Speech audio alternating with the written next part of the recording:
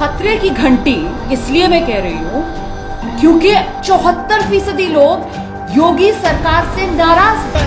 चौधरी जिंदाबाद, जयंत चौधरी जिंदाबाद। मेरा अपना मानना है कि 5000 लोग भी नहीं पाए हैं। जिस तरीके से मुख्यमंत्री का ये कार्यक्रम चल रहा है, पीछे की पूरी कुर्सियां खाली है। महिलाएं आप देखिए कि किस तरीके से निकल रही हैं बाहर। माननीय मुख्यमंत्री योगी आदित्यनाथ भाषण दे रहे हैं और बड़ी संख्या में महिलाएं मंच छोड़ करके जा रही हैं। ये बड़ा अचरज का विषय है।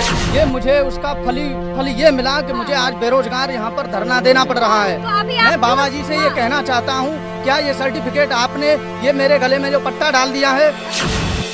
नमस्कार दोस्तों डॉक्टर्स पर फूल बरसाने से लेकर उन पर लाठियां बरसाने तक भारत देश ने बहुत लंबा सफर तय किया है। कोरोना अभी खत्म नहीं हुआ। ये आपकी और हमारी सभी की जिम्मेदारी है कि जितने भी नियम हैं जो कोरोना को लेकर बनाए गए हैं उसका पालन करें। तो क्या ये जिम्मेदारी सिर्फ जनता की ही है? क्या ये जो नियम है ये सिर्फ जिम, स्पा, स्कूल, कॉलेज और शादियों में ही लागू होंगे? चुनावी रैलियों से इनका कोई लेना देना नहीं है। लग तो ऐसा ही रहा है। दोस्तों, भारत ओमिक्रॉन की तीसरी लहर से लड़ने की तैयारी कर रहा है। और क्या तैयारी कर रहा है?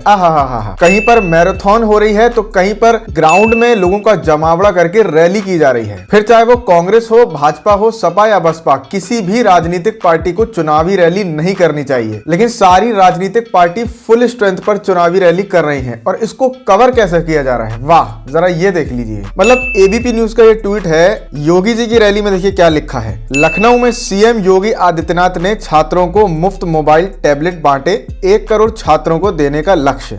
अब जरा कांग्रेस की रैली देखिए इन्होंने कैसे कवर की है एबीपी न्यूज ने। ओमिक्रॉन के बीच झांसी में कांग्रेस की मैराथन में भीड़ का जमावड़ा, कोरोना नियमों की उड़ी धज्जियां। मतलब क्या हम गधे हैं?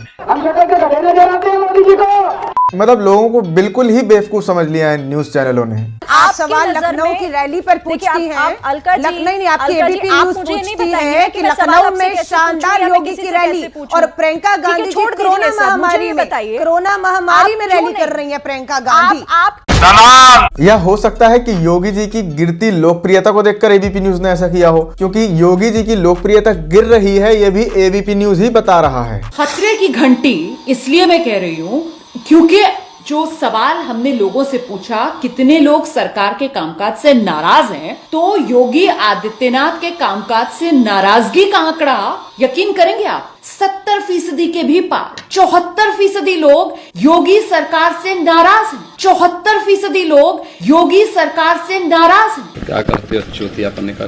तो एबीपी न्यूज की एंकर रोमाना इसार खान ये बात बता रही हैं। क्या बढ़ रही हैं योगी की मुश्किलें? योगी की यूपी में सत्ता वापसी का सबसे बड़ा रोड़ा क्या है? दोस्तों, सी वोटर लगातार सर्वे कर रहा है, हर महीने सर्वे कर रहा है और ये आंकने की कोशिश कर रहा है 20, 25, 50 हजार लोगों से राय लेकर कि कौन सी पार्टी सत्ता में आएगी। और सी वोटर के इस सर्वे में लगातार भाजपा की लोकप्रियता, योगी जी की लोकप्रियता घट रही है। शायद इसी बात की चिंता होगी कि इन्होंने इस तरीके के ट्वीट किए। देखिए दोस्तों, सभी न्यूज चैनल के सर्वेस को मैं ठीक नहीं मानता, क्योंकि ये कुछ लोगों की राय को लेकर अपनी राय बनाते हैं। लेकिन पिछले कुछ समय से लोग जिस तरीके की परेशानी झेल रहे हैं उसके बाद कुछ भी हो सकता है। फिर चाहे वो 69,000 शिक्षकों की भर्ती वाला मामला हो, बेरोजगार हो, या फिर आम लोग तो भुगत ही रहे हैं महंगाई और अन्य माध्यमों से। और ऐसा इसलिए भी माना जा रहा है क्योंकि भाजपा की रैलियों में भीड़ जुटाए नहीं जुट रही है। मेरा अपना मानना है कि 5000 लोग भी नहीं पाए हैं। जिस तरीके से मुख्यमंत्री का ये कार्यक्रम चल रहा है, पीछे की पूरी कुर्सियां खाली है।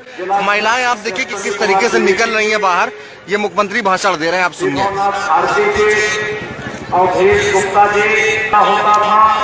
कहीं एसडीएम ग्राम प्रधान को धमकी दे रहा है कि भैया भीड़ लेकर आओ। एक बात समझ जाओ, सुन लो तुम। तुम्हारे यहाँ से लोग जाए या ना जाए ठीक है, लेकिन समझ जाना कि 6 महीना मैं यही रहूंगा, यही तहसील जमनिया में। और आपका 50 काम मेरे से पड़ेगा और मेरा 50 काम आपके गांव में रहेगा। तो कहीं सरकारी बसों का पुरजोर इस्तेमाल किया जा रहा है रैलियों में भीड़ जुटाने के लिए। सड़कों पर ट्रैफिक तक लगा दिया जा रहा है, हाईवेज बंद कर दिए जा रहे हैं उन सरकारी बसों से, लेकिन भीड़ जुटाए नहीं जुट रही है। मंत्री अपनी परियोजनाओं का यहाँ ढिंढोरा पीट रहे हैं और भाषणबाजी दे रहे हैं, मगर जिस तरीके से आप देख रहे हैं कि किस तरीके से बड़ी संख्या में महिलाएं निकल रही हैं, ये मुख्यमंत्री भाषण दे रहे हैं। देखिए दोस्तों, एक समय था कि आप लोगों को राष्ट्रभक्ति और धर्म भक्ति को लेकर बरगला सकते हैं, लेकिन जब उनके पेट में खाना नहीं होगा, जेब में पैसे नहीं होंगे, तो सारी धर्म भक्ति और देशभक्ति निकलकर हाथ में आ जाती है। इसका सटीक उदाहरण अब आपको देखने को मिलेगा। मैडम, मैं पक्का भाजपा का समर्थक, कट्टर हिंदुत्ववादी और आरएसएस का स्वयं सेवक भी हूँ। आप राष्ट्रद्रोही काहे बन रहे हैं? इन लोग के चक्कर में शर्म नहीं आ रही है? मैडम मुझे आज बिल्कुल शर्म नहीं आ रही है। मुझे पहले रोजगार चाहिए, ये मुझे उसका फल ये मिला कि मुझे आज बेरोजगार यहाँ पर धरना देना पड़ रहा है।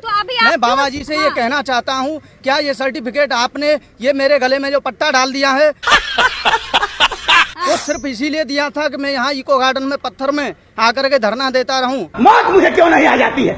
आप पहले लोगों को नौकरी दीजिए, उनके जेब में पैसा दीजिए, खाने की चीजों को सस्ता करिए, पेट्रोल, डीजल, गैस, सरसों का तेल, इस सब चीजों को सस्ता करिए। उसके बाद आप उम्मीद करिए कि ये आपके पीछे राष्ट्रभक्ति और धर्म भक्ति का झंडा लेकर आएंगे।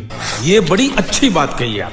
दोस्तों, चाहे भाजपा के कार्यकर्ता हो, चाहे आरएसएस के कार्यकर्ता हो, चाहे आम लोग हो, चाहे दूसरी पार्टी के कार्यकर्ता हो, काम किसी के पास नहीं है। नौकरी सबकी गई है या तनख्वाहें तो सबकी कटी ही हैं जिनकी नौकरी नहीं गई है। तो परेशान तो सभी हैं, तो बोलेंगे भी सभी। अब मध्य प्रदेश में आप देखिए क्या हुआ है। मध्य प्रदेश में स्वीपर, माली और गार्ड जैसे 15 पदों के लिए 11,000 अभ्यर्थियों ने आवेदन किए और इसमें एमए, एमबीए, पीएचडी हर लेवल के अभ्यर्थी थे। तो आप खुद सोचिए उस देश के युवाओं की क्या हालत है जहां दुनिया में सबसे ज्यादा युवा हैं। ग्वालियर जिला अदालत में भी प्यून, माली, ड्राइवर और स्वीपर की कुल 15 पदों के लिए 11,000 से ज्यादा लोगों ने आवेदन किया है। अधिकतर युवा graduate, post graduate, LLB, civil जज की तैयारी करने वाले, बीटेक, एमबीए और पीएचडी तक के हैं। इंटरव्यू के लिए जिला कोर्ट के बाहर सुबह 7 बजे से कतार लग जाती है। देश के युवाओं की इसी हालत को देखकर सोनू सूद भी चुप नहीं रह पाए, उन्होंने भी अपनी चुप्पी तोड़ दी।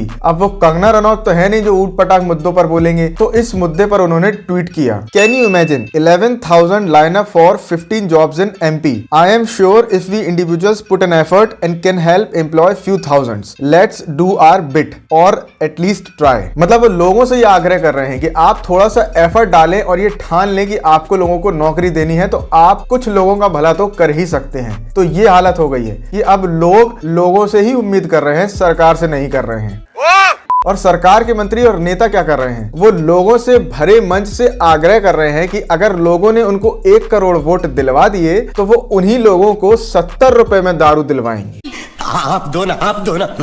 आंध्र प्रदेश के भाजपा अध्यक्ष सोमू वीरज्जू ने विजयवाड़ा में कुछ ये ही कहा, cast 1 crore votes to Bharatiya Janata Party, we will provide liquor for just ₹70। If we have more revenue left then we will provide liquor for ₹50।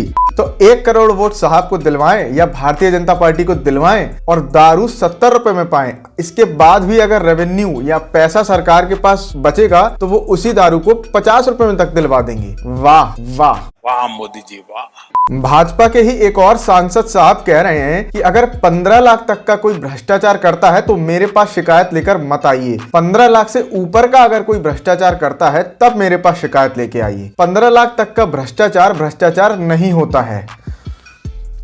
चुल्लू भर पानी मिलेगा क्या? जब लोग हमारे सामने आते हैं कि सरपंच बहुत भ्रष्टाचार कर रहा है तो मैं बोलता हूं कि 15 लाख तक का भ्रष्टाचार अगर किया है तो भाई हमसे बात मत करो। 15 लाख के आगे अगर वो कर रहा है तो ठीक है, हम उसका भ्रष्टाचार जाने माने।